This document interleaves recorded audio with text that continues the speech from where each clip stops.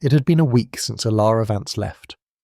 Her flower shop Petal and Stem in Atlanta's Inman Park neighborhood still held its rich fragrance, yet it was missing something crucial her. Alara had spent the entire week in Barbados, a sun-drenched island, where the wind and sand could blow away the fragments of a painful past. This vacation wasn't a luxury. It was a mental remedy she'd given herself after pouring her heart into rebuilding her life post-Brandon.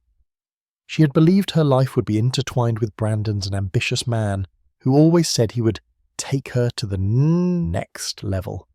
But then he left her claiming that a simple florist like her could never walk beside him in the high society world he craved.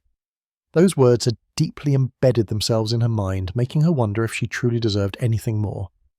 Now on the flight back, Alara just wanted to go home, back to her small apartment, to her bouquets, and to the peaceful world she had created with her own hands.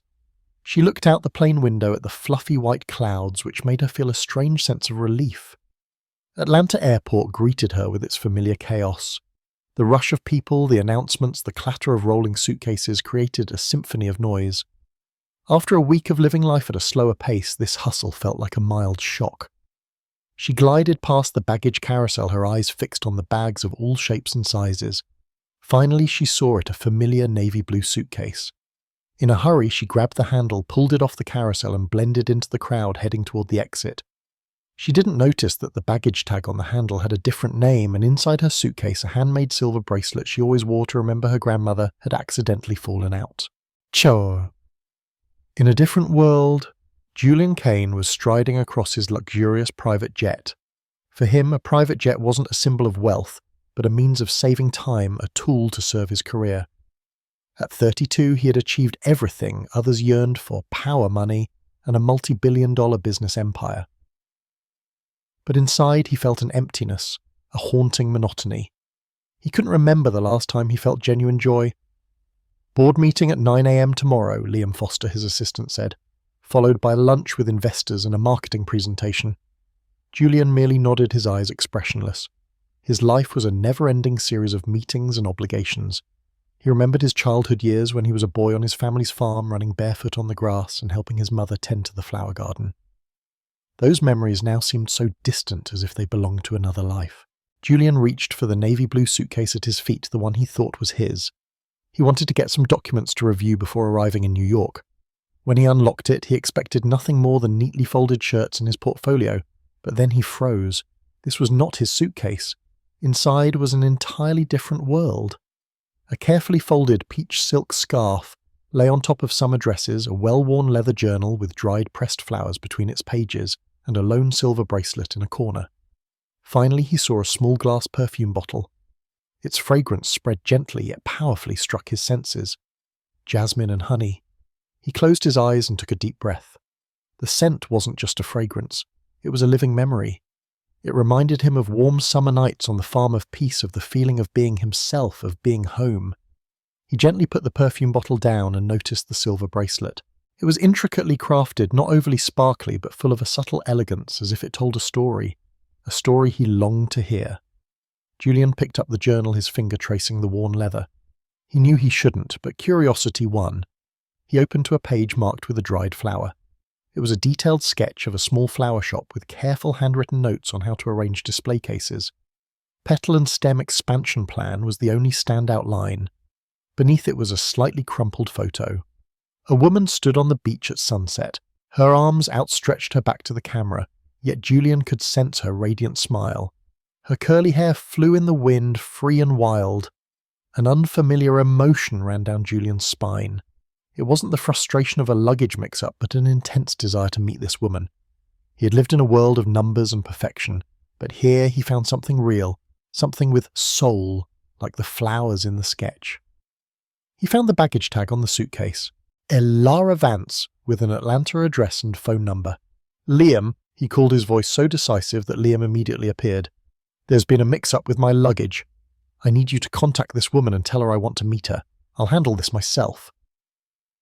Liam looked confused. "Sir, I can notify the airline." "No," Julian interrupted. "Contact her directly. Arrange a meeting." After Liam left, Julian picked up the perfume bottle again, uncapped it, and took a deep breath. He should have been annoyed, but instead he felt an unexplainable urge. The scent of jasmine and honey was no longer just a fragrance. It had become a promise of a real life, of something he had lost long ago. He knew this wasn't a coincidence. It was fate, and he couldn't let it pass him by. Elara Vance trudged up the stairs to her second-floor apartment. She kicked off her sneakers at the door and dragged the suitcase into the bedroom.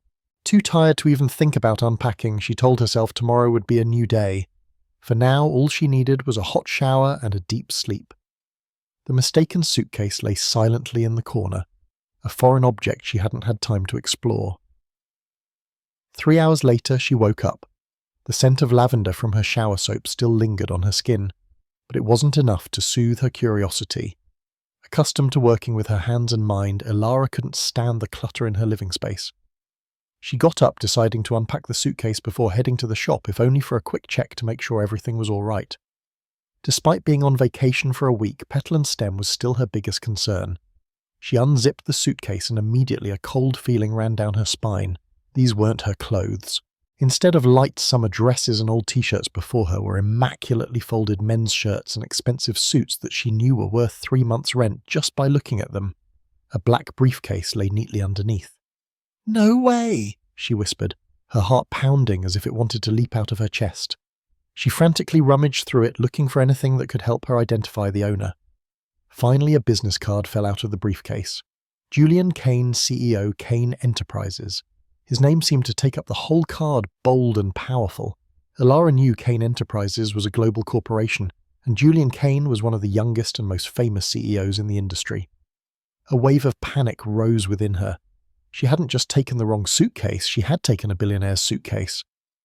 Her fear intensified as she recalled stories about Brandon and what he had said. "A florist like you doesn't understand the importance of what I'm doing. You only think about flowers and trivial dreams." She wondered if this man, a Julian Kane, would see her as an annoyance, an anonymous woman who had caused him trouble.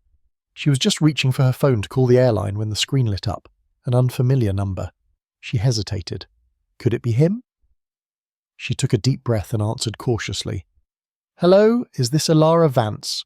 a polite male voice asked. "This is Liam Foster, Julian Kane's assistant. It seems there's been a mix-up with Mr. Kane's luggage at the airport."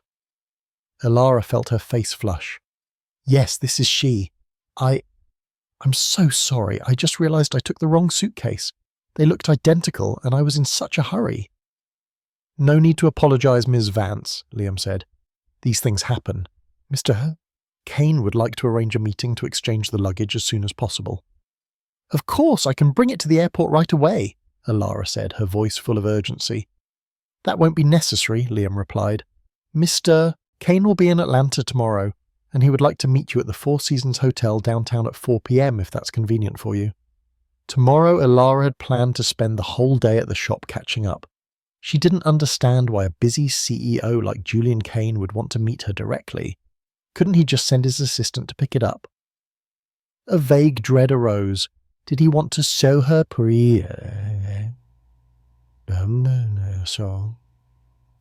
Back on the private jet, Julian Kane was reviewing the new marketing materials Liam had prepared for the meetings in New York, but his mind couldn't focus. It kept wandering to a place far away, a place with the scent of jasmine and honey.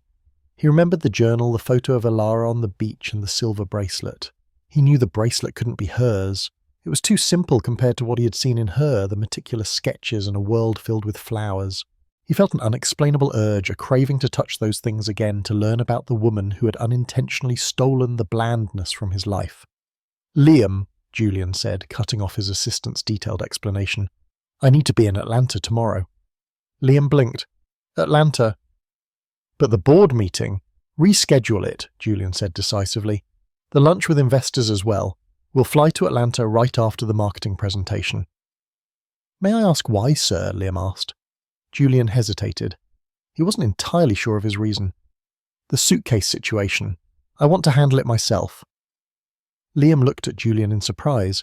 He had worked for Julian Kane long enough to know that he never handled such minor issues himself. Julian Kane was a man of board meetings and multi-million-dollar deals, not a man who exchanged suitcases. But Liam was professional enough not to ask any more questions. "Yes, sir. I've arranged a meeting with Ms. Vance at the Four Seasons Hotel at 4 p.m. tomorrow." "Good," Julian said, turning back to the documents. But he didn't see the glossy photos or the carefully crafted text. He saw dried pressed flowers and a journal full of dreams. He remembered the feeling of being moved by someone. The scent had not just stolen his suitcase, it had stolen his heart. The next day, Alara stood alone in the lobby of the Four Seasons Hotel. Julian's suitcase was next to her, a reminder of the difference between their two worlds. She had chosen her most professional yet simple blue dress paired with a cardigan, but even so she felt out of place among the wealthy guests and courteous staff. At exactly 4 p.m. the elevator doors opened. Julian Kane stepped out looking exactly like the photos she had found online last night. He was tall with dark hair and sharp features that made him seem cold and unapproachable. He wore a perfectly tailored grey suit that was probably worth 3 months of her rent. His eyes scanned the lobby and his gaze landed on her. Alara felt as if the world around her suddenly fell silent. Julian walked straight toward her, followed by Liam Foster. "Hello, Miss Vance," Julian said, his voice deeper and warmer than she expected. "Hello, Mr. Kane," she said, trying to force a smile despite her nervousness. "I'm so sorry for the mix-up. I was in such a hurry and the two suitcases looked identical." "It's all right," he interrupted her politely. "It happens." His eyes were fixed on her with an intensity that made her unable to say anything more. There was an awkward silence. Alara gestured to the suitcase next to her. "Here is your bag. Everything should still be intact." "Thank you," he said, gesturing to Liam, who stepped forward and took the suitcase. "And I have yours." Liam placed her navy blue suitcase on the floor. "I hope nothing was damaged," Julian said, still staring at her. "I'm sure it's fine," Alara replied, wondering why he was looking at her like that. "Again, I'm truly sorry for the trouble." "No trouble at all," he said. Then he made an unexpected offer. "Would you care to have a cup of coffee with me so I can make it up to you for the inconvenience I caused?" Alara blinked in surprise. "You caused me inconvenience?" A faint smile crossed his lips. "You had to come all this way to meet a stranger when you had more important things to do?" She couldn't deny that, but she was still confused. Why would a man like Julian Kane want to have coffee with her? She a simple florist. "I think coffee would be great," she answered. "Good," he said. "Liam, please take both bags up to my room. Ms. Vance and I will be in the lounge." Liam nodded and disappeared with both suitcases. Julian held out a hand, gesturing for her to walk toward the elegant lounge. As they walked, Alara caught a whiff of his cologne. It was expensive and refined, unlike the overpowering scent Brandon used to wear. They sat at a quiet table in the corner. "So, Miss Vance?" he asked as a server came to take their order. "Nia, Alara," she corrected, her voice a little flustered. "Alara, please. Miss Vance makes me feel like I'm in trouble." That faint smile appeared on Julian's face again. "Alara, tell me about you." His direct question took her by surprise.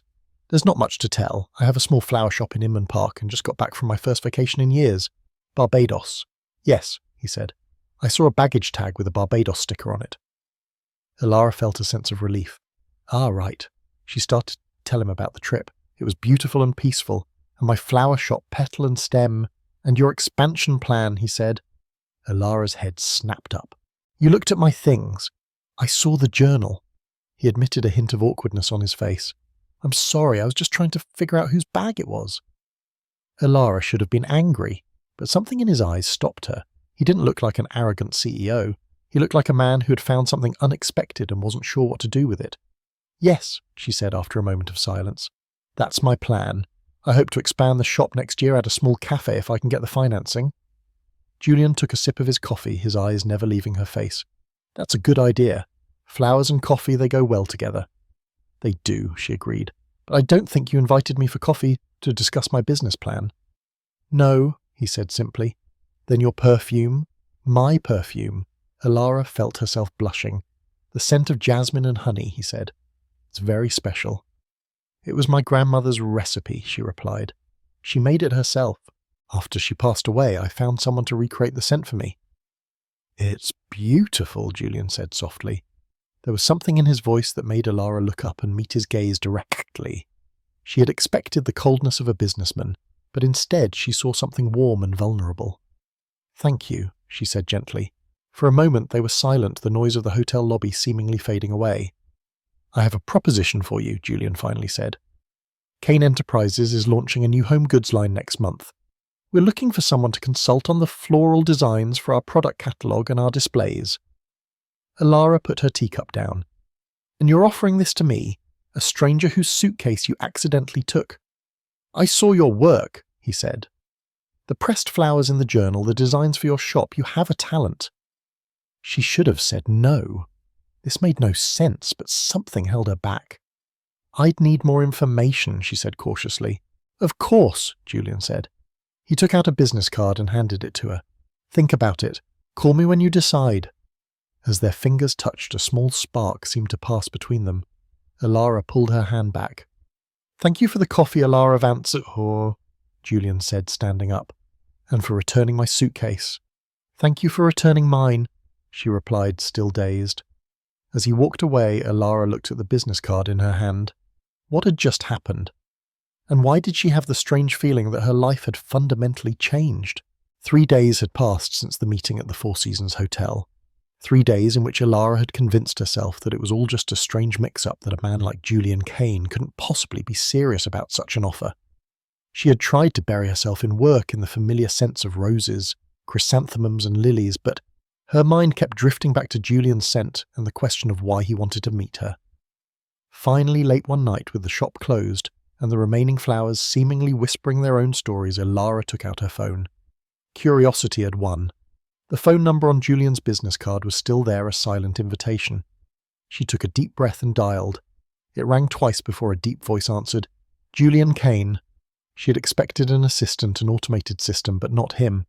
"Oh, hello," Alara said, her voice a little lost. "This is Alara Vance, the one who mixed up the suitcases."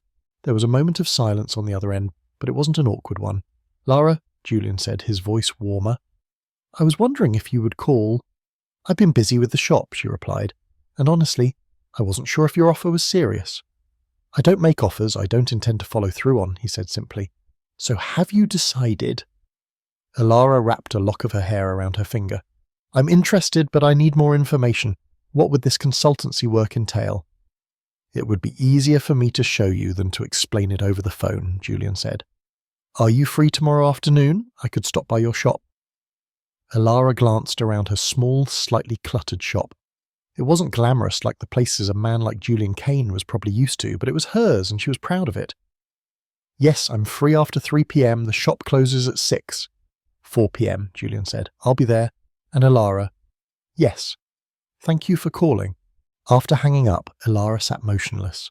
Why did she feel like she had just agreed to something much bigger than a business appointment?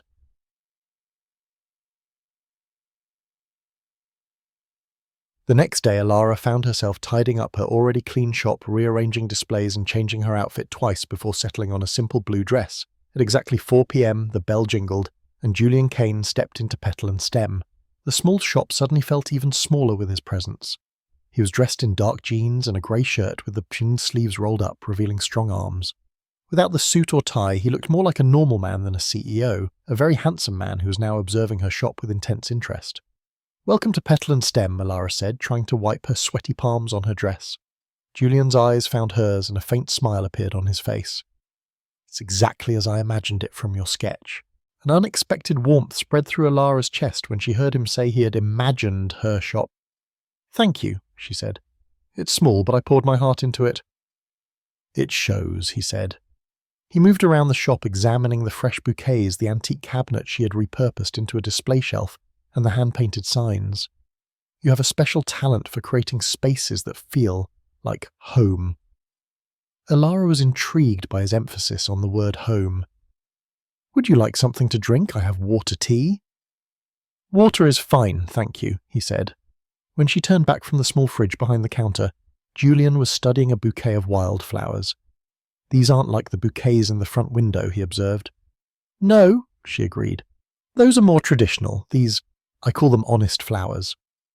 "Honest flowers?" Alara smiled, feeling more relaxed talking about what she loved. "They're not perfect. They're a little wild, a little unexpected, but that's what makes them beautiful, at least I think so." Julian gently touched a flower.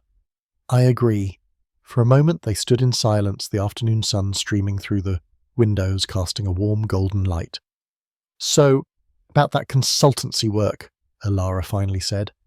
Julian set the water bottle down and took out his phone. "Kane Enterprises is launching a new home goods line next month. Candles, linens, decorative items. We want to incorporate floral elements into the marketing campaign, but our current team creates work that feels—" He paused, searching for the right words. "Artificial," Alara suggested. His eyes met hers and a moment of understanding passed between them. "Exactly. I want something real, something that people can feel when they see it." He showed her photos of the current design, sleek, perfect, but utterly soulless. "They are technically good," Alara said diplomatically, "but they lack warmth. That's exactly what I've been trying to tell my marketing department," Julian said. "I want you to redesign the floral elements for the campaign. Create arrangements that tell a story that feel honest, like you said." Alara's mind was already racing with ideas, but caution still held her back. "I have no experience with corporate campaigns." "That's exactly why I want you," Julian said. "You're not trained to create what's expected. You create what feels right." His persuasive tone was alluring, but Alara still hesitated. "I would have to continue running my shop. I can't just drop everything." "Of course," he said. "This would be a part-time consultancy. You would work directly with me. No committees, no red tape. Directly with you." That was not what Alara had expected. "Don't you have more important things to do?" Something flashed in his eyes, perhaps amusement. "I make time for what's important." Before Alara could process the meaning of that statement, the bell on the door jingled again. A middle-aged woman walked in, glancing curiously between Alara and Julian. "Hello, Miss Patterson," Alara greeted. "Your weekly bouquet is ready." While Alara helped Ms. Patterson, she was acutely aware of Julian moving around the shop, taking everything in with his observant eyes. By the time Miss Patterson left, he was standing by the small table in the corner looking at a framed photo. "Is this your grandmother?" he asked. Alara walked over. "Yes, how did you know?" "You have the same smile," he said. He carefully placed the photo back down. "She's the one who made the perfume." "Yes," Alara said. "She taught me everything I know about flowers. She believed they spoke a language of their own."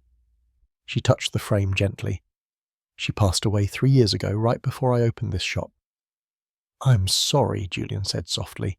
He seemed about to say more, but instead he asked, "Have you decided about the consultancy position?" Alara took a deep breath. Every practical part of her said this was too strange, too sudden. But something else, something deeper, was pulling her towards this opportunity, towards him. "Yes," she said, "I'll do it." The smile that spread across his face transformed him completely. For a moment, Alara caught a glimpse of what Julian Kane would look like if he smiled more often. "Good," he said. "We can start next week. I'll have Liam draw up a contract." "I have one condition," Alara said, surprising herself with her own boldness. Julian raised an eyebrow. "What's that? Tell me why you really offered me this job. It's not just because you saw my pressed flowers." For a long moment, Julian was silent, his expression unreadable. Then he picked up the water bottle, took a sip, and set it down with purpose. "When I opened your suitcase," he said at last, "I found something I didn't know I was looking for." "What was it?" His eyes met hers, direct and honest. "A reminder that there are still things in this world that can surprise me, that can move me," he gestured around the shop. "You've created something real here, Alara. Something honest. That's very rare in my world." The simple truth in his words took her breath away. "Thank you," she said softly. Julian nodded, then glanced at his watch. "I have to go. I have a dinner." "Of course." Alara walked him to the door, suddenly aware of how much taller he was than her, and how his presence had filled her small shop in a way that was both intimidating and yet not at all scary. At the door, he turned back to face her. "I'll have Liam send you the details tomorrow." "Okay." He hesitated, then added, "The perfume, the jasmine and honey scent. Do you wear it often?" The unexpected question made Alara blush. "Sometimes, when I want to remember her." Julian nodded, a gentle smile touching his lips. "It suits you." And then he was gone, leaving Alara standing in the doorway, wondering what had just happened and why she couldn't stop smiling. The next week passed in a whirlwind. The consultancy contract arrived with a remuneration far more generous than Alara had expected. After having Lisa, a friend-in-law, look it over, she signed without hesitation. "This is completely legitimate," Lisa had said, her face full of surprise. "But Alara, how did you even meet Julian Kane? He's a seriously wealthy and powerful man." "We just ran into each other," Alara replied, not wanting to explain the whole story. Now, as she entered the modern downtown office building that housed Kane Enterprises, Alara felt out of place in her simple dress and cardigan. However, the receptionist greeted her warmly. "Ms. Vance, Mr. Kane is expecting you. You can go up to the top floor in the elevator." The elevator ride was just enough time for Alara to second-guess her decision. What was she doing here?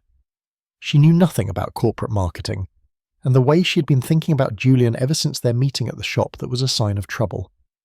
When the elevator doors opened, she stepped into a large, airy office with floor-to-ceiling windows overlooking the city.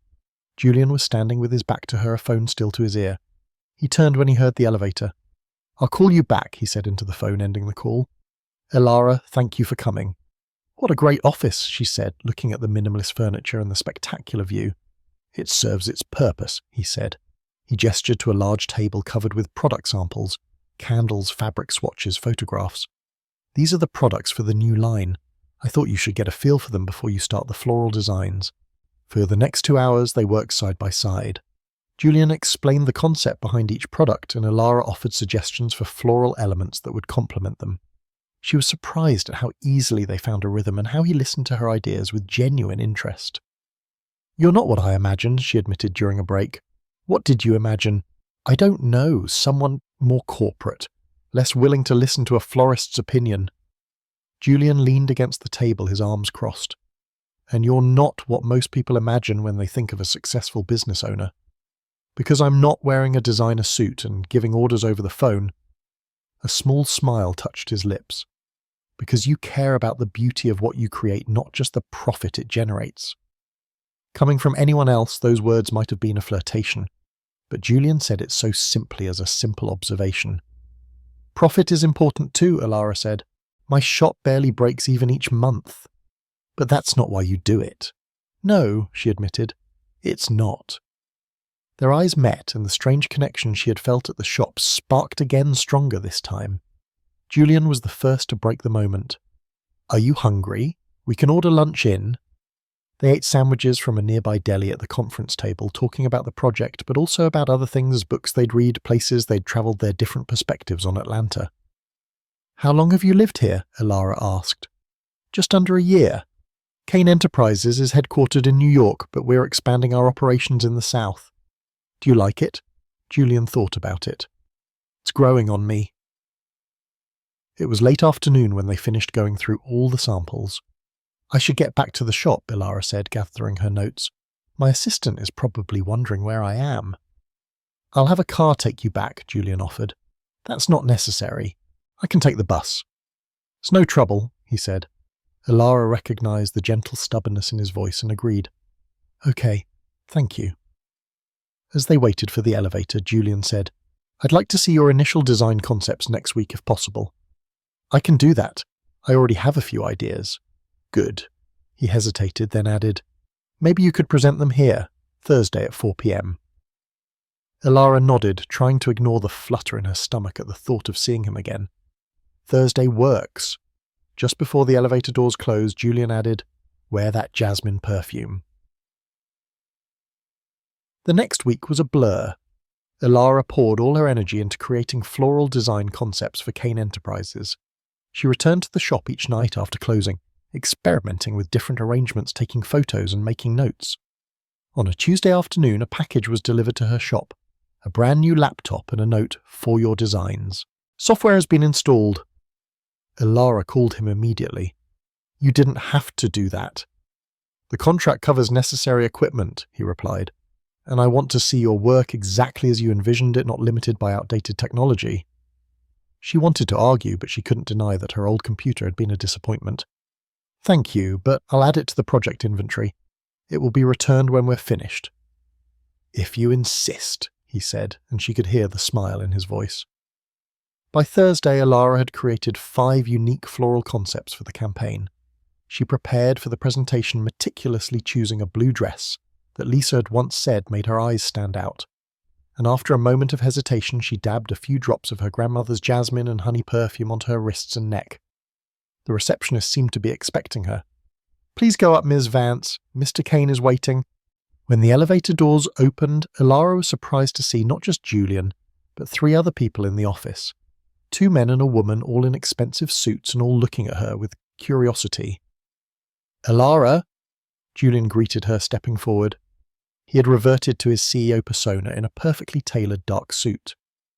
"Thank you for coming. I'd like you to meet a few members of our marketing team." Ilara shook hands with each of them, trying to hide her nervousness. Mr. Kane told us about your unique approach," the woman Isabel said.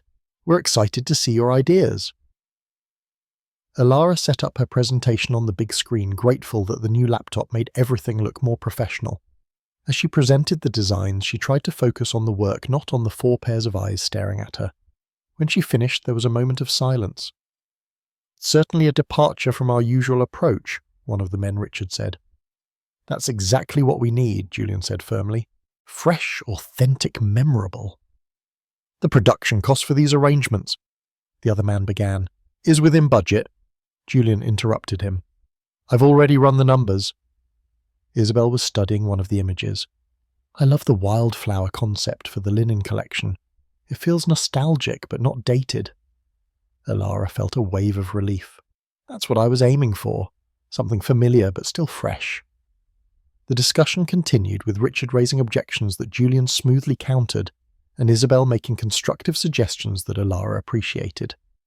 In the end, it was clear that Julian's opinion was the most important one, and he was strongly in favour of Ilara's designs.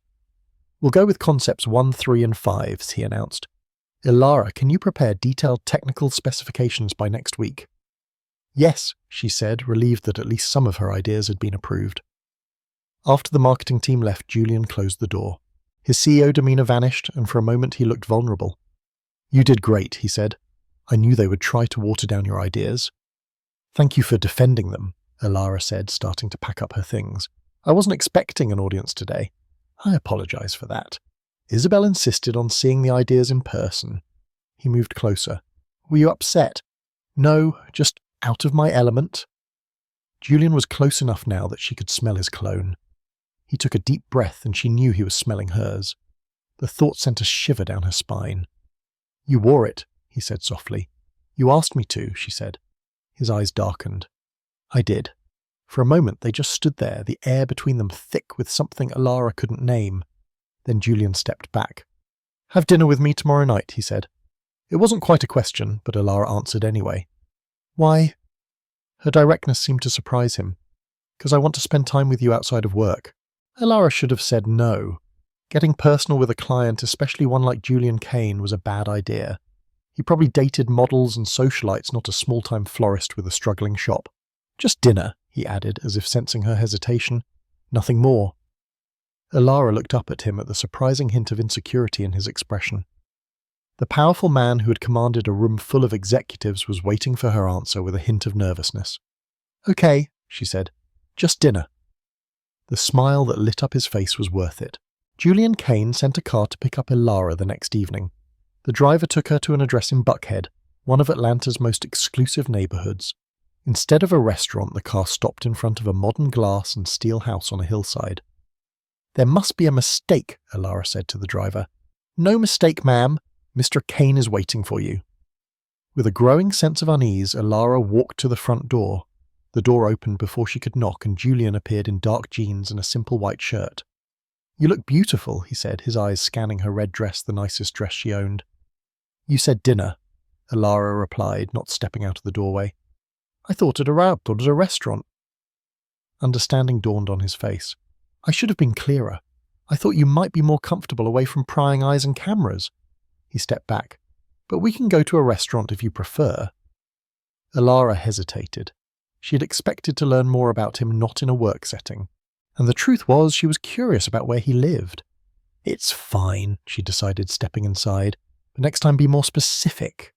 "Next time," he repeated, a small smile on his lips. "I like the sound of that." The interior of the house was as impressive as the exterior. with open spaces and large windows overlooking the city lights. But what surprised Ilara most was its personal feel. There were paintings on the walls, books on the shelves, and a kitchen that looked like it had been used. "This isn't what I expected," she admitted, as he led her through the house. "What did you expect? Something more sterile, less lived in?" Julian chuckled, a warm sound that Ilara realized she had never heard before. "I do actually live here, even if my schedule might not show it." He led her out to a terrace where a table had been set for dinner, candles flickering in the night breeze. The view of Atlanta spread out below was breathtaking. "You cooked?" Ilara asked, genuinely curious. "I did." He pulled out her chair. "Don't look so surprised. I'm not always a CEO with a staff." Over a dinner of perfectly cooked salmon and roasted vegetables, they talked, really talked. Julian told her about growing up in a small town in Massachusetts, about working his way through college, about starting his company from nothing. Ilara shared stories of her own childhood, in rural Georgia, of her grandmother's flower garden, and of her dreams for the shop. "Why flowers?" Julian asked as they enjoyed dessert and a simple but delicious chocolate cake. "They're honest," Ilara mused. "They bloom, they fade, and they come back again. They have a rhythm, a purpose, and they bring people joy." She smiled. "My grandmother used to say that flowers speak when words fail." "Your grandmother sounds like a wise woman." "She was." Ilara sipped her wine. "Your turn. Why build an empire on lifestyle? What drives you?" Julian was silent for a moment, swirling the wine in his glass. "Initially it was to prove I could, to create something out of nothing." He set the glass down. "Now I'm not so sure anymore." The admission surprised her. "You've built an incredible company. Isn't that enough?" "It should be." His eyes met hers across the table.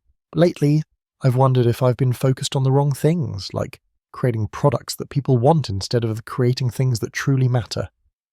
He gave a bitter laugh. "Sounds ridiculous coming from someone like me, doesn't it?" "No," Ilara said softly.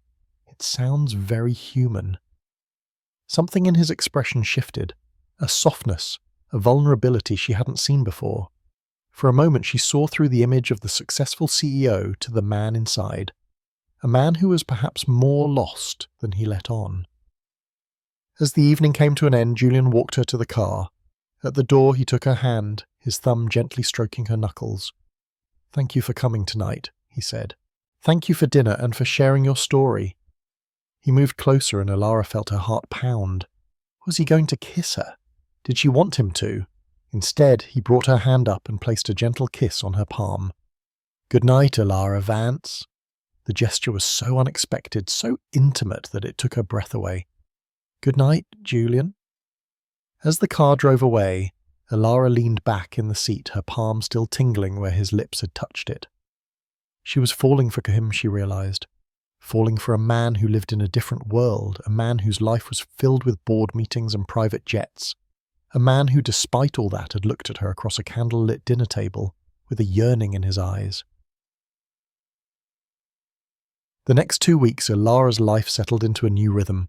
Days at the flower shop, evenings working on the Kane Enterprises project, and dinners with Julian 3 times that week, twice at restaurants and once again at his home. Each time they met, Ilara learned something new about him. The way he took his coffee black and unsweetened. The way his voice softened when he talked about his mother, who had raised him alone. The way he ran 5 miles every morning, rain or shine, because it helped him think. And each time she felt herself fall a little more in love with this complicated man, who seemed just as drawn to her simple life. "You're different out of the office," she said to him as they walked through Piedmont Park one Sunday afternoon, coffee cups in hand. "How so?" he asked. "More relaxed, more real." Julian considered this. Being a CEO requires a certain facade. People expect it. "And with me, is that a facade too?" He stopped and turned to face her. "No, Ilara." "With you?" The sincerity in his eyes made her heart skip a beat. "The picture in your suitcase," he said abruptly. "The one of you on the beach. You looked so happy." "I was," Ilara admitted. "It was my first morning in Barbados. I'd never seen the Caribbean before. It felt so free." "Who took it?"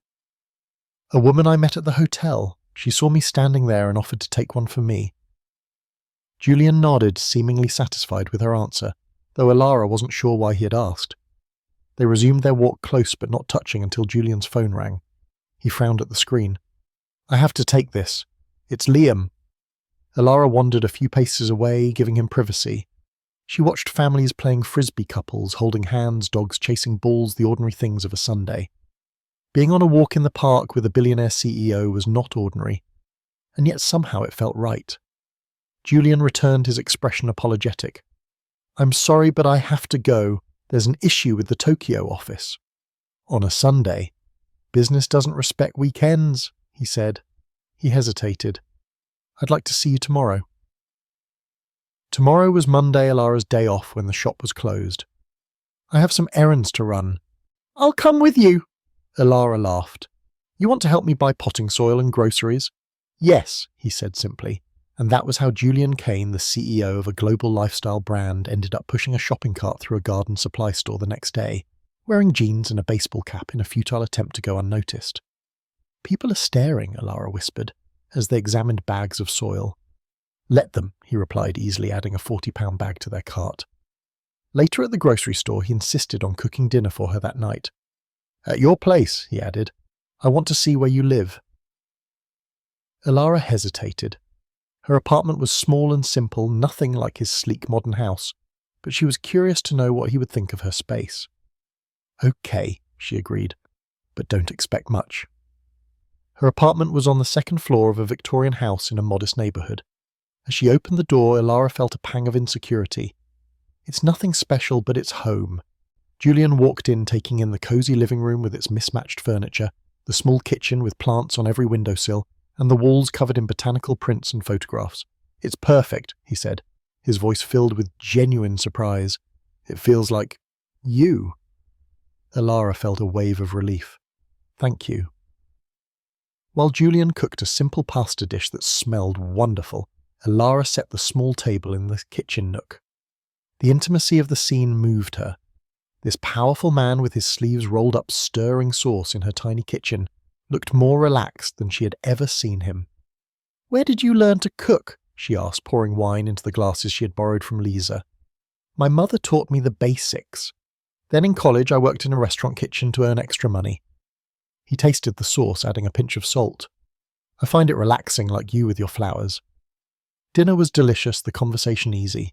Afterward they moved to her small sofa, wine glasses in hand. Julian looked around her living room again, his gaze landing on a photo of Alara with an older woman. Your grandmother, Alara nodded.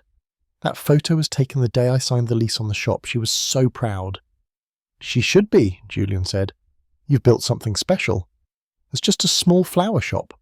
It's more than that, Julian said earnestly. It's where you share your passion with others, where you make people's lives a little better, even just for a moment. He set his wine glass down. That has meaning, Alara, more than you know. The intensity in his voice made her look up. He was watching her with his deep dark eyes, seeming to see right into her soul. Why me, Julian? She asked softly. Out of all the women in Atlanta in the world, why are you sitting in my apartment on a Monday night? He was silent for a long moment, then he said, Because when I opened your suitcase and smelled your perfume, something happened. His voice was low, almost a confession. For the first time in years, I felt awake. Awake. Like I'd been sleepwalking through my life and suddenly someone had shaken me awake. He moved closer on the sofa. Success, money, power. None of it means anything if you don't feel anything. And you, Alara Vance, you make me feel something. Her heart hammered against her ribs. What do you feel? Instead of answering, Julian reached out, placing a hand on her cheek. Slowly giving her time to pull away, he leaned in and kissed her. The kiss was gentle at first, a question. When Alara responded by threading her fingers through his hair, the kiss deepened, becoming more urgent. He wrapped his arms around her, pulling her closer, and she melted into him, all her doubts temporarily forgotten. When they finally broke apart, both of them breathless, Julian rested his forehead against hers. That, he whispered, that's what I feel. The next morning, Alara woke up with a smile on her face. Julian had left late last night after hours of talking and dizzying kisses. He had been a perfect gentleman, not pushing to stay, though his eyes had told her he wanted to. I want to do this right, he had said at the door, his hands cupping her face. With you, Alara, you're not a fleeting interest. Now, humming a tune, she dressed for the day. The shop was closed on Mondays, but she had a meeting with Julian and his marketing team to finalise the floral designs for the campaign. Her phone buzzed with a text message. "Car will pick you up at 10. Can't wait to see you." The sleek black car took her to Kane Enterprises. On time in the lobby, Isabel from the marketing team was waiting. "Alara, good morning. The team is in the conference room on the 17th floor. Mr. Kane asked me to take you up." "He's not in the office." Isabel gave her a strange look. "He's in New York today. Quarterly board meeting. He didn't tell you." Alara's stomach clenched. "No, he didn't." Isabel didn't seem to notice her discomfort. "He'll be joining us via video. This way, please." Trying to hide her hurt and confusion, Alara followed Isabel into the elevator. Why hadn't Julian told her he was leaving? After last night, after everything he'd said, why, the meeting went smoothly enough. Julian appeared on the large screen at the head of the conference table, looking every bit the CEO in a dark suit. He greeted Alara professionally with no hint of their personal relationship. "Ms. Vance, thank you for joining us today. Your final designs are exactly what we're looking for." "Ms. Vance," and after last night he was calling her Ms. Vance. Alara forced herself to focus on the presentation, walking through her final designs. Everyone was enthusiastic, especially Isabel, who seemed genuinely impressed with Alara's work. "These are going to make our campaign stand out," she said. "Fresh, authentic, exactly what we need to target a younger demographic." Throughout the meeting, Julian was polite but distant. Not once did he look directly at Alara through the screen. Not once did he show any sign that just 12 hours earlier he had been kissing her on her sofa. When the meeting ended, Isabel turned to Alara. "We'll need you for the photo shoot next week. Liam will send you the details." "Thank you," Alara said, gathering her things. "Is Julian still on the line?" "No." Isabel checked her watch. "He has another meeting. He'll be back in Atlanta on Friday." Friday, 3 days away. Alara nodded, trying to hide her disappointment. "I see. Thanks for the information." Outside the building, Alara checked her phone. No text messages from Julian. No explanation for his coldness in the meeting, or for not telling her he was leaving town.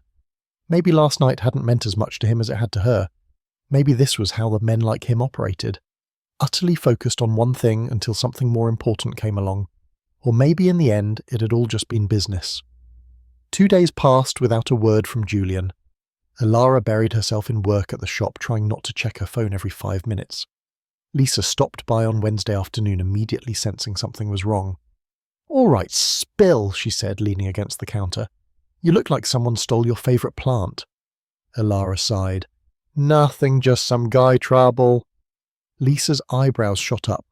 "Guy trouble? You? Who is he, and what did he do?" "No one important." Alara lied, arranging a bouquet with more force than usual. "And he didn't do anything. That's the problem." "Ah," Lisa nodded knowingly. The disappearing act. Classic jerk move. He's not really disappearing. He's in New York for work. And he couldn't send one text message. It's 2025, not 1995. Alara shrugged, not wanting to admit how much Julian's actions had hurt her. "It's fine. I shouldn't have expected anything different." "From who?" Lisa pressed. "You still haven't told me who this mystery man is." Before Alara could give a vague answer, the bell on the shop door jingled. A delivery man walked in carrying a large flat box. "Delivery for Alara Vance," he announced. Curious Alara signed for the package and placed it on the counter. There was no card, no indication of who had sent it. "Come on, open it," Lisa urged. Inside the box, nestled in tissue paper, was a scarf. Not her peach-coloured one, but a new one, a gentle shade of blue that perfectly matched her eyes. And underneath it, a handwritten note. "Alara, I'm sorry I didn't tell you about New York. The board meetings were scheduled months ago, but that's not an excuse. I should have told you. I've been in back-to-back meetings since I arrived, but that's also not an excuse. I miss you. I miss your scent. I miss your honesty. I'll be back Friday night. Will you have dinner with me? Julian." Alara read the letter, twice her heart racing. "Oh my God," Lisa whispered, reading over her shoulder. "Julian, as in Julian Kane, that's your mystery guy." Alara snatched the letter away. "It's not what you..." "It's exactly what I think. You're dating the Julian Kane. How did this happen? And why didn't you tell me?" "Because it's new and complicated, and I'm not even sure what it is," Alara admitted, running her fingers over the soft scarf. "And I didn't want to talk about it and jinx it." Lisa looked at her for a long moment. "Elara Vance, you are full of surprises." She picked up the scarf, examining it. "This looks expensive. It must be." Elara took it back, folding it carefully. "Too expensive." "So are you going to dinner with him?" Elara hesitated. The hurt from the past 2 days was still fresh, but so was the memory of Julian's kiss, of his confession, that she made him feel awake. "Yes," she decided. "I'm going." Friday evening, Elara felt a nervous flutter as she got ready for dinner. She had texted Julian a simple, "Yes, dinner would be great," and he had replied with a time and the name of a restaurant. She chose a simple black dress, and after a moment of thought, she draped the new blue scarf he had sent around her neck. As she dabbed a few drops of her grandmother's jasmine and honey perfume onto her wrists and neck, she tried to temper her expectations. Whatever was happening between them, it was still new and fragile. The restaurant was small and cozy, tucked away on a quiet street. When Elara arrived, Julian was already there, waiting outside. "You're wearing the scarf," he said as he greeted her. "It matches my eyes," Elara replied, not ready to fall back into easy intimacy. He seemed to understand her reserve. "I deserve that. I handled everything badly." Inside, they were led to a private table in the back. After they ordered, Julian reached across the table, his hand open and an invitation but not a demand. After a moment, Elara placed her hand in his. "I'm not good at this," he confessed. "Whatever this is between us. My last relationship ended 2 years ago, and it was different." "How so?" "More transactional, about what we could do for each other's careers, rather than any real connection." He squeezed her hand gently. "What I feel with you is new for me. It scares me a little." His honesty disarmed her. "It scares me too." "Because of Brandon?" he asked, surprising her. "How do you know about Brandon?" A faint blush appeared on Julian's cheeks. "Liam is very thorough. When I asked him to look into who owned the suitcase, he checked public records." Elara pulled her hand away. "You had me investigate, not extensively," Julian hurried to explain. "Just basic public information. I was just trying to understand who you were before we met." Elara wasn't sure how to feel about that. On one hand, it was an invasion of privacy. On the other, she probably would have done the same thing if their positions were reversed. "What did you find out about Brandon?" she asked. "Just that you were engaged, and that he called off the wedding a month before it happened." Julian's jaw tightened. "And that he left Atlanta shortly after for a job in Chicago." "He didn't just call it off," Elara said, the old hurt resurfacing despite her best efforts. "He said I wasn't ambitious enough, that he couldn't be with a woman who was content to sell flowers her whole life." She took a sip of water. "He said he needed someone who would be an asset to his career, not a liability." "He's a fool," Julian said definitively. Despite everything, Elara laughed. "That's one word for him. I have a few others, but they're not fit for dinner." Their food arrived, temporarily halting the conversation. As they ate, Elara felt her anger subside. Julian had made a mistake by not telling her about his trip, but he had apologized, and he was being honest about his feelings, which was something Brandon had never been. "So," she said after a while, "how was New York? Productive but draining." Julian set his fork down. "The board approved the new line. Your designs were a hit." "That's good news." "It is."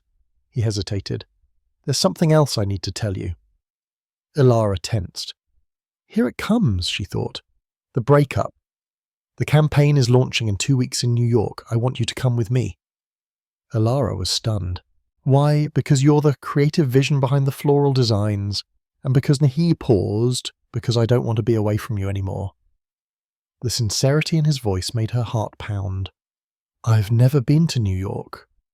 "Then it's time you went." He smiled. The rare transformative smile that made him look younger and more carefree. "I'll show you the city, the real New York, not just the tourist spots." Elara hesitated. "I'd have to find someone to watch the shop." "I'll help, whatever you need." His eagerness was endearing. Despite the lingering worries about the difference between their worlds, Elara found herself nodding. "Okay, I'll go to New York." After dinner, Julian walked her to the car, his hand resting on the small of her back. In the quiet of the parking lot, he turned to face her. "I missed you," he said softly. "More than I expected to." "I missed you too," Elara admitted, "even though I was mad at you. I deserved your anger." His hand came up to touch the scarf around her neck. "Can I make it up to you?" Alara looked up at him at the vulnerability in his eyes. "You already have." This time she was the one who initiated the kiss, rising on her toes to meet his lips. He responded instantly, his arms wrapping around her waist, pulling her closer, as if he couldn't get close enough. His cologne mingled with her perfume, creating something new, something that was theirs alone. When they broke apart, Julian rested his forehead against hers. "Come home with me tonight," he whispered. Alara hesitated, even though every part of her wanted to say yes. "I don't want to be just another woman." "You will never be that." His hands cupped her face, his eyes intense. "Alara, from the moment I opened that suitcase and took in your scent, you were the only woman in this world for me." The words were like a key unlocking something inside her. All the fear, all the doubt, all the insecurity Brandon had left her with began to dissolve. "Yes," she said softly, "I'll come home with you." Julian's house was dark when they arrived, lit only by the sparkling city lights below. He led her inside, his hand warm in hers, and for the first time he seemed a little nervous. "Do you want anything to drink?" he asked. Alara shook her head. "No." She stepped closer to him, her hands resting gently on his chest. "Just you." His kiss this time was different, deeper, more urgent. His hand slid down her back, pulling her into him, as if he couldn't get close enough.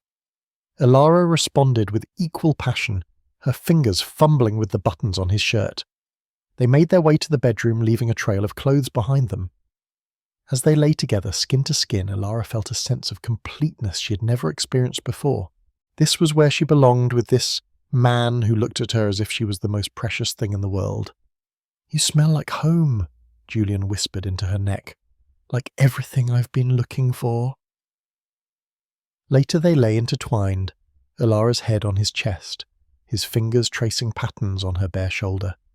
Outside, the city lights twinkled like stars. "Tell me something you've never told anyone," Alara said softly. Julian was silent for so long she thought he had fallen asleep. I'm lonely most of the time." The simple admission broke her heart a little. "Even now?" "No." His arms tightened around her. "Not with you." She propped herself up on one elbow to look at him. In the dim light, his face was softer, more vulnerable. "Why me, Julian?" "There must be dozens of women who would want to be with you." "Because none of them really saw me," he said. "They saw the CEO, the billionaire, the public figure." His hand came up to cup her cheek.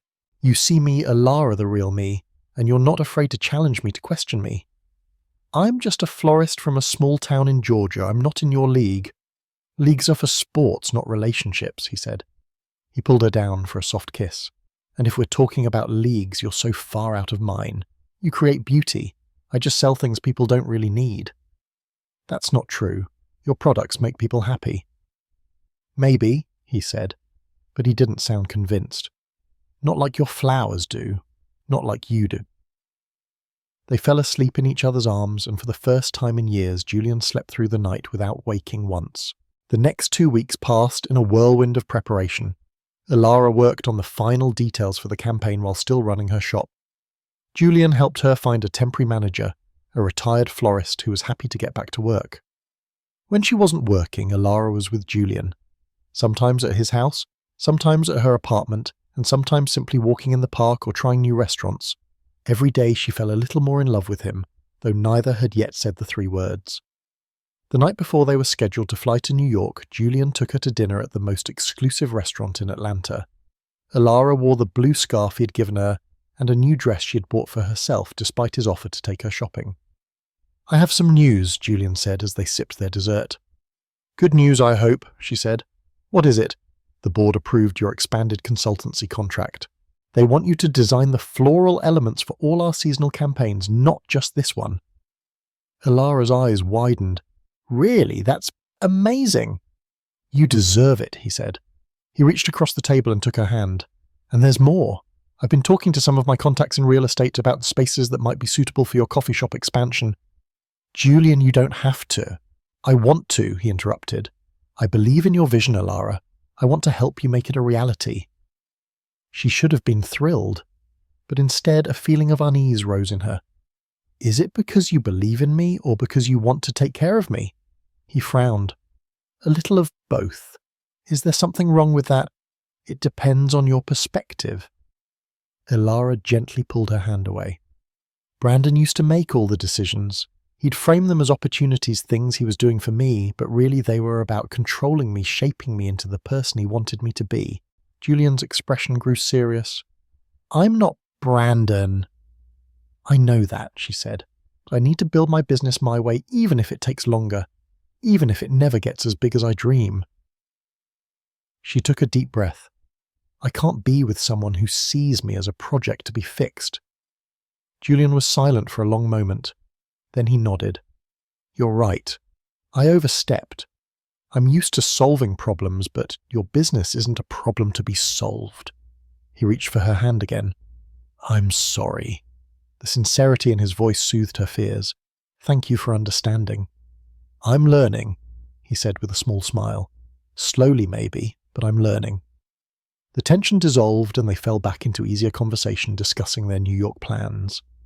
As they were leaving the restaurant, Julian's phone buzzed. He checked it and his expression darkened.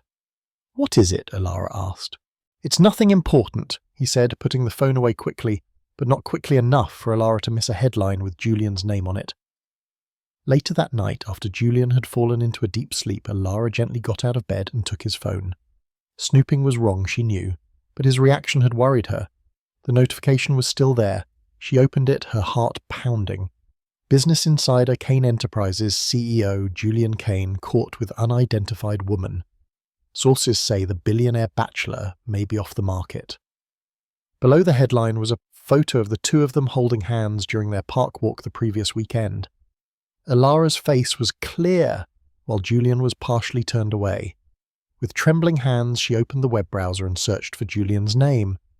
A flurry of articles popped up, all speculating about his new mystery woman. One website had even identified her.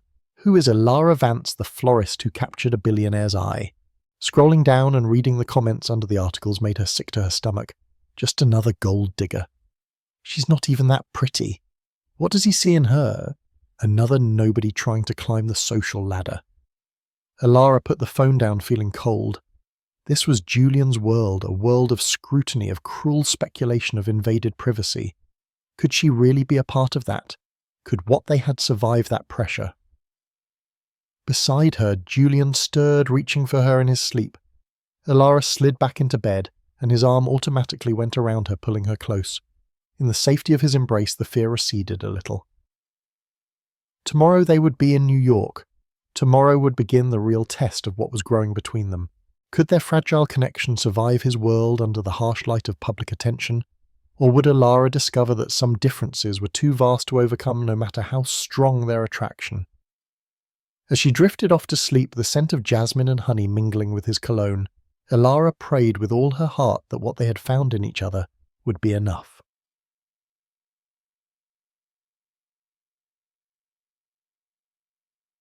New York was everything Elara had imagined and more. The towering skyscrapers, the bustling streets, and energy that seemed to vibrate in the air. But she barely had time to take it all in before she was swept into Julian's world. They arrived on Sunday afternoon, the private jet making a smooth landing at a small airport outside the city. A car was waiting to take them to Julian's penthouse apartment in Manhattan. Is this where you live when you're in New York? Elara asked, looking at the spacious apartment with its floor-to-ceiling windows overlooking Central Park. One of my places, Julian admitted, setting down his luggage. I have a house in the Hamptons too, but we won't have time to get out there this trip. His casual mention of multiple homes was a stark reminder of how different their lives were. Her entire Atlanta apartment could fit inside this penthouse's living room. The guest room is over there, Julian said, pointing to a door. But I was hoping you'd stay with me. He gestured toward the master bedroom. Despite their many nights together in Atlanta, Elara suddenly felt shy. It's a lot. Julian's expression softened. He came over to her, taking her hands. It's just an apartment, Elara. 4 walls and a roof like any other. 4 very expensive walls, she pointed out. Does that bother you? She thought about the question. Not the money itself, but the difference in our lives. I can't stop wondering if I belong here. You belong here with me, Julian said simply. The rest is just details. That evening, he took her to a small Italian restaurant in the village away from the upscale places where he might be recognised. Afterward, they walked the streets hand in hand, Julian pointing out his favourite spots, the places tourists never found. In bed that night, with the city lights twinkling through the windows, Alara felt both exhilarated and overwhelmed. Julian held her close, his warm breath on her neck. "What are you thinking about?" he asked. "That this isn't real," she admitted. "Being here with you, it feels like a dream." His arms tightened around her. "If it's a dream, I don't want to wake up." The next morning, reality hit in the form of Liam, who arrived at 7 a.m. with a detailed schedule for the day. "The creative team wants to meet with Ms. Vance at 9, he said to Julian, who was already dressed in a sharp suit despite the early hour. "Site check at 11, then lunch with the marketing executives, final run-through for the launch event at 3. Alara, still in her pyjamas with a cup of coffee, suddenly felt out of her element. This was Julian's world, minute-by-minute schedules filled with meetings and executives. "I need an hour with Alara before the creative team," Julian told Liam. "Push them to 10. "But sir, they're already 10 a.m. "Liam, and we'll be having lunch alone." After Liam left, looking slightly disgruntled, Julian turned to Alara. "I'm sorry about that. Launch week is always hectic." "It's fine," she said, though it wasn't. "I understand." He looked at her face. "No, you don't. But that's my fault, not yours." He took her hand. "I want you to see everything this week, the good and the bad of my life, before you decide if it's something you want to be a part of." His honesty touched her. "I'm already a part of it, aren't I, at least for this week?" "It's going to be for much longer than that," he said, "if I have a say in it." He gave her a soft kiss. "Now get dressed. I want to show you something before our day officially begins." An hour later, they stood on the terrace of Julian's building. The morning sun cast a golden light on the city, and a cool breeze carried the scent of greenery from Central Park below. "This is my favourite place in the city," Julian said. "Up here, away from everything, I can think clearly." Alara looked out at the vast skyline. "It's beautiful. It can be beautiful and terrible all at the same time. This city has given me everything I ever thought I wanted." He turned to face her. "And it's also taken a lot away. Like peace, simplicity, connection." His eyes met hers. "Until I met you, I'd forgotten what that felt like." Before she could respond, his phone buzzed again. Julian checked the screen. "I have to take this. It's the Tokyo office." As he walked away to take the call, Alara stood at the railing looking out at the city. This was his reality. Constant calls, demands on his time from all over the world. Could she really fit into this life? Did she even want to? The day passed just as Liam had outlined. The meeting with the creative team was actually exciting. The designers were enthusiastic about Alara's work and treated her with respect. The site check was more intimidating. A massive space was being transformed for the launch event, with dozens of workers setting up displays and lighting. Throughout the tour, Julian stayed close, his hand often on her back, his eyes checking on her frequently. She realised he was trying to make her comfortable in his world, and she appreciated the effort. That evening there was a pre-launch dinner with important executives and investors. Alara wore the nicest dress she had brought, a silky green one that Lisa had helped her pick out.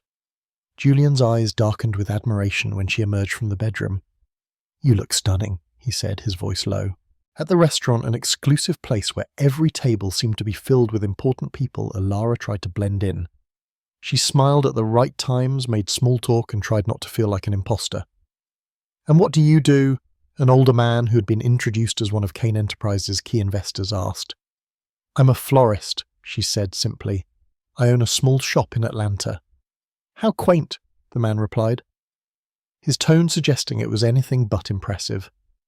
Before Alara could respond, Julian's arm went around her waist. "Alara's floral designs are the centerpiece of our new campaign," he said, his voice polite but with an underlying steeliness. "Her work has been lauded by everyone on the creative team." The man backed off quickly.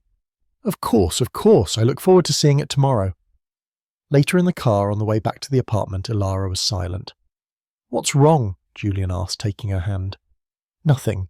It's just—" She hesitated. "They looked at me like I was a curiosity. The strange florist you brought along as your newest project." Julian's jaw tightened. "You are not a project, Alara." "I know that, but they don't." She looked out at the passing city lights. "And I'm not sure if I belong in that world." "You belong wherever you want to belong," he said. He gently turned her face towards his. "And I want you to belong by my side." The simple declaration soothed some of her worries. "I want that too. I'm just not sure how it would work in reality." "We'll figure it out together," he said. His thumb stroked her cheek. "One day at a time." Back at the apartment, he showed her how much he wanted her to belong to him. His hands and lips worked their magic, and all her doubts were erased at least temporarily. But in the morning, as she watched him get dressed for the launch day, another perfect suit, another schedule, the doubts crept back in. The launch event was more magnificent than Alara had imagined. The venue had been transformed into a series of living spaces, each one showcasing the products from the new line, and throughout her floral designs were front and centre. The natural wild arrangements brought a sense of life and warmth to the sleek displays. "It's beautiful," Isabel from marketing told her, genuine admiration in her voice. "You've given a soul to our products they've never had before." Julian was in full CEO mode, moving from group to group, shaking hands, answering questions, but his eyes kept finding Alara across the room. Each time he'd give her a small private smile that made her heart flutter. As the event neared its end, Alara found herself cornered by a stylish woman with a press badge. "Alara Vance. Right, I'm Stephanie Chen from Style Weekly. Can I ask you a few questions about your relationship with Julian Kane?" Alara froze. "I'm just the floral consultant for the campaign." Stephanie smiled knowingly. "Honey, nobody believes that. You've been photographed together multiple times in Atlanta, and the way he looks at you, that's not a business relationship." Before Alara could respond, Liam appeared at her side. "Ms. Vance is needed for a photo op with the creative team," he said smoothly, guiding her away. "Thank you," Alara whispered. "Mr. Kane anticipated this situation," Liam replied. "He asked me to keep an eye on you." The rest of the evening passed in a blur of photos, congratulations, and carefully orchestrated interactions with the press. By the time they returned to the apartment, Alara was exhausted. "You were incredible," Julian told her, loosening his tie as they entered the apartment. "Everyone loved your designs." "It was overwhelming," Alara admitted, kicking off her heels. "But also exciting. I've never been a part of anything this big before." Julian smiled, the rare genuine smile that transformed his face. "Get used to it. Your talent deserves to be seen." They were interrupted by Julian's phone buzzing again. He checked the screen, a frown on his face. "I have to take this. It's the board chairman." As he stepped into the study to take the call, Alara went to the window looking out at the city lights. This was his life for years. The constant calls, the meetings, the demands on his time, and now the press was interested in them as a couple. Could she handle this? The scrutiny, the judgment, the loss of privacy. Her phone buzzed with a text from Lisa. "OMG, you're all over the social sites. Billionaire CEO's mystery woman identified." With a sense of dread, Alara searched for the article. There she was in a photo taken just that evening, standing next to Julian. The caption read, "Julian Kane with rumoured girlfriend Alara Vance, a florist from Atlanta." The article was full of speculation about their relationship, including quotes from sources close to them that Alara knew were completely fabricated. When Julian emerged from his study 20 minutes later, he found her still staring at her phone. "What's wrong?" he asked, coming to sit next to her on the sofa. Without a word, she showed him the article. His expression darkened as he read it. "I'm sorry," he said finally. "This is my fault. I should have been more careful." "Is your life always like this?" she asked. "People making up stories about you, invading your privacy?" "Unfortunately, yes," he said. "It comes with the territory. I usually just ignore it, but I understand if this is too much for you." Alara was silent, thinking. "The reporter tonight, she was going to ask me about us." "I know. That's why I had Liam keep an eye on you." Julian ran a hand through his hair, a rare gesture of frustration. "Alara, I can't promise that this won't happen again. Being with me means dealing with this attention sometimes." The honesty in his voice touched her. He wasn't trying to sugarcoat his reality. "I need to think about if I can handle that," she said finally. "It's a lot to process." Julian nodded, his face grim. "I understand." That night, for the first time since they had become intimate, they slept without touching a small space between them that felt much larger. The next day was their last in New York. Julian had meetings in the morning, but he had promised to spend the afternoon showing Alara more of the city.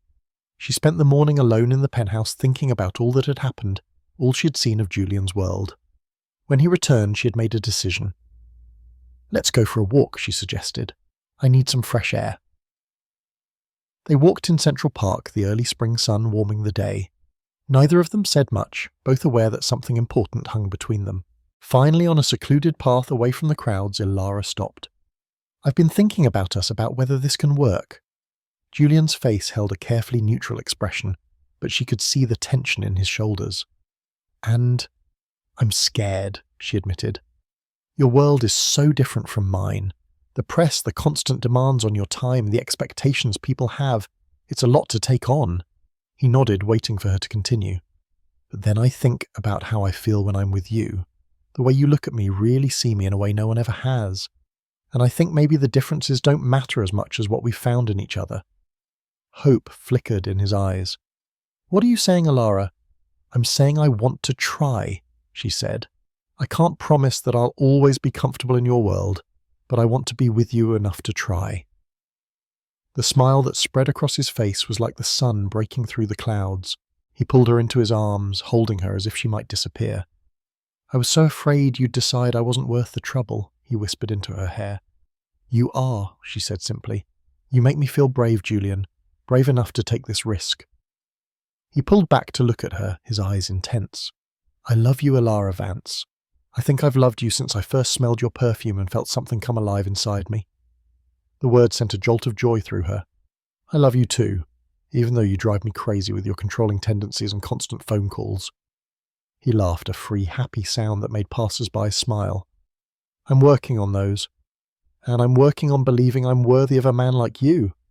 You're worthy of so much more," he said, his voice serious. "But I'm selfish enough to want you." They walked back to the apartment hand in hand, already making plans. Julian would spend more time in Atlanta. Alara would come to New York with him sometimes. They would take it one day at a time, learning to navigate each other's worlds.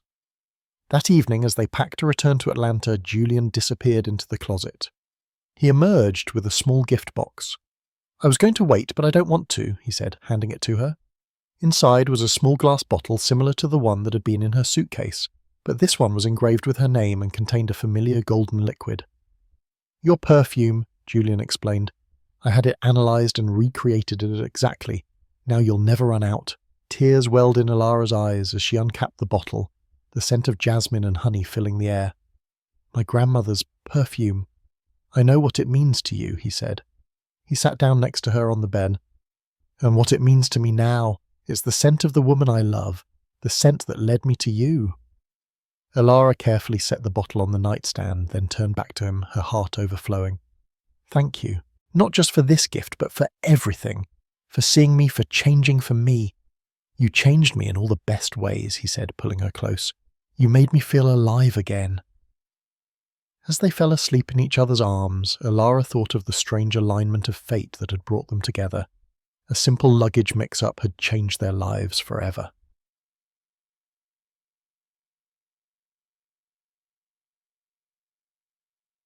Three months later. Alara stood in her flower shop putting the final touches on a special bouquet. The shop looked different, now expanded into the space next door, with a small cafe area just as she had dreamed. But she had done it all on her own, with a business loan she had qualified for, not with Julian's money. He had understood why that was important to her, even if it had taken a little time to explain. Just as she had come to understand his need to check his phone sometimes at dinner, or the occasional paparazzi photos that popped up online.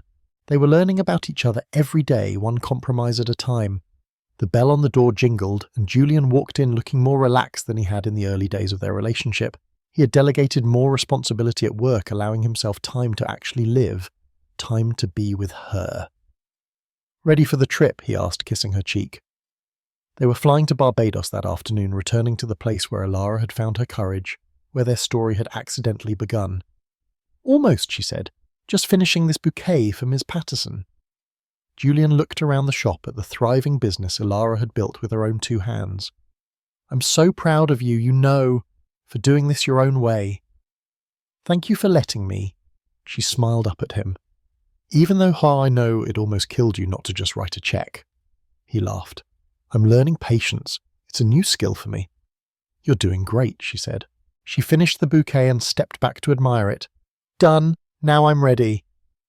As they left the shop, Julian took her hand, bringing it to his lips in the gesture that still made her heart flutter. "I have something for you for the trip." Outside next to his car was a brand new suitcase, a navy blue one identical to the one she had mistakenly taken that day. "I thought it was time to replace the old one," he said, "with better memories." Elara smiled, touching the sleek new case. "The old one brought me to you. I'm a little attached to it." "Keep it for sentimental reasons," he suggested, "but use this one for our trip." There was something in the way he said it that made Elara suspicious. "You've put something inside, haven't you?" A small smile touched his lips. "Maybe." Later, as they were about to board Julian's private jet, Elara finally had a chance to open the new suitcase. Inside, nestled in tissue paper, was her peach-coloured scarf, the one that had been in her luggage the day they met. And under it was a small velvet box. Her heart pounding, Elara lifted the box and opened it. Inside was a beautiful, simple yet elegant ring, with a single diamond that caught the light like a drop of water. "Julian," she whispered, turning to find him watching her with love in his eyes. "I was going to wait until we got to Barbados," he said. "Do it properly on the beach, but I'm not a patient man, remember." He took the box from her trembling hands, pulled out the ring, and knelt right there on the tarmac. "Elara Vance, you'd changed my life the day I opened that suitcase and took in your scent. You woke me up, made me feel again, showed me what truly matters." His voice was steady, his eyes never leaving hers. "Will you marry me?" Tears blurred Elara's vision as she nodded. Yes, I will." And as he slid the ring onto her finger, then stood to kiss her. Elara thought of her grandmother's words. Flowers speak when words fail, but sometimes a scent speaks even louder, a language of memory, of comfort, of home. And for Julian and Elara, the scent of jasmine and honey would always be the beginning of their story, the scent that had led him to her past, a baggage mix-up past their different worlds to this moment of perfect certainty. "I love you," she whispered against his lips. "I love you too," he replied, more than words could ever say. But the words were unnecessary. The mingling of her scent with his had said all their hearts needed to hear. That evening, as the sun set over the Caribbean, Julian and Elara walked hand in hand along the same beach where her photo had been taken months before. The photo he had found in her suitcase, the one that had given him his first glimpse of her joy. "It feels like everything has come full circle," Elara said, looking out at the waves. "Not full circle," Julian gently corrected.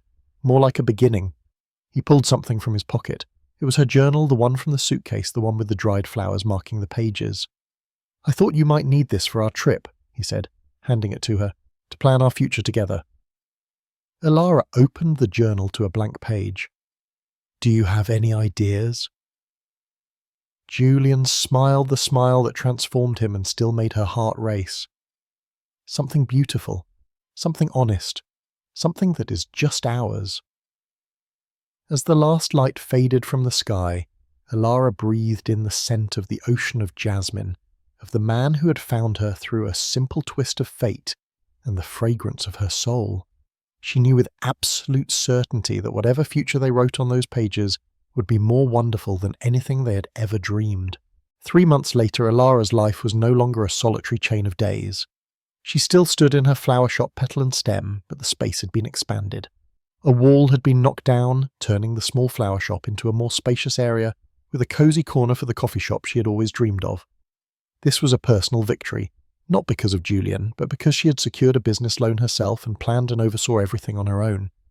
Julian had offered to help to pay for it all, but she had gently refused. He had come to understand that this was not about pride or stubbornness, but about self-respect, a way for her to affirm her worth in their relationship. He had learned to respect her independence, just as she had learned to accept that his occasional phone checks during dinner were not a sign of disrespect, but a part of who he was. They had learned to balance their two worlds. Julian had started spending more time in Atlanta learning to listen and slow down. He had delegated more work to Liam and other executives, creating space for the things that truly mattered. He realized that true success was not only measured in numbers, but also in the precious moments he had missed. That day, Elara was putting the finishing touches on a special bouquet, a combination of pure white hydrangeas and deep red velvet roses for a wedding. She adjusted one last leaf and the bell on the door jingled. Julian walked in, not in a suit but in chinos and a polo shirt, looking younger and more relaxed than ever. "Ready for the trip?" he asked, kissing her lightly on the cheek. They were flying to Barbados in the afternoon, returning to where everything had begun. "Almost," she said. "Just finishing this bouquet." Julian looked around the new shop, his eyes sparkling with pride. "I'm so proud of you, you know, for doing this your way. Thank you for letting me," she smiled, "even though I know it almost killed you not to just write a check." He chuckled. "I'm learning patience. It's a new skill for me." "You're doing great," she said. She finished the bouquet and stepped back to admire it. "Done. Now I'm ready." As they left the shop, Julian took her hand, bringing it to his lips in the gesture that still made her heart flutter. "I have something for you for this trip." Outside, next to his car, was a brand new suitcase, a navy blue one identical to the one she had mistakenly taken that day. "I thought it was time to replace the old one," he said, "with better memories." Elara smiled, touching the sleek new case. "The old one brought me to you. I'm a little attached to it." "Keep it for sentimental reasons," he suggested, "but use this one for our trip." There was something in the way he said it that made Elara suspicious. "You've put something inside, haven't you?" A small smile appeared on his lips. "Maybe." Later, as they were about to board Julian's private jet, Elara finally had a chance to open the new suitcase. Inside, nestled in tissue paper, was her peach-coloured scarf, the one that had been in her luggage the day they met. And under it was a small velvet box. Her heart pounding, Elara lifted the box and opened it. Inside was a beautiful, simple yet elegant ring with a single teardrop-shaped diamond. "Julian," she whispered, turning to find him watching her with love in his eyes. "I was going to wait until we got to Barbados," he said, "to do it the traditional way on the beach. But I'm not a patient man, remember." He took the box from her trembling hands, pulled out the ring, and knelt right there on the tarmac. "Elara Vance," he said, his voice steady. "You changed my life the day I opened that suitcase and took in your scent. You woke me up, made me feel again, showed me what truly matters." He looked at her, his eyes never leaving hers. "Will you marry me?" Tears blurred Elara's vision as she nodded. "Yes, yes, I will." As he slid the ring onto her finger, then stood to kiss her, Elara thought of her grandmother's words. Flowers speak when words fail, but sometimes a scent speaks even louder, a language of memory, of comfort, of home. "I love you," she whispered against his lips. "I love you too," he replied, more than words could ever say. That evening, as the sun set over the Caribbean, Julian and Elara walked hand in hand along the same beach where her photo had been taken months before. The photo he had found in her suitcase, the one that had given him his first glimpse of her joy. "It feels like everything has come full circle," Elara said, looking out at the waves. "Not full circle," Julian gently corrected. "More like a beginning." He pulled something from his pocket. It was her journal, the one from the suitcase, the one with the dried flowers marking the pages. "I thought you might need this for our trip," he said, handing it to her, "to plan our future together." Elara opened the journal to a blank page. "Do you have any ideas?" Julian smiled, the smile that transformed him and still made her heart race. "Something beautiful, something honest, something that is just ours." As the last light faded from the sky, Elara breathed in the scent of the ocean of jasmine, of the man who had found her through a simple twist of fate and the fragrance of her soul. She knew with absolute certainty that whatever future they wrote on those pages would be more wonderful than anything they had ever dreamed.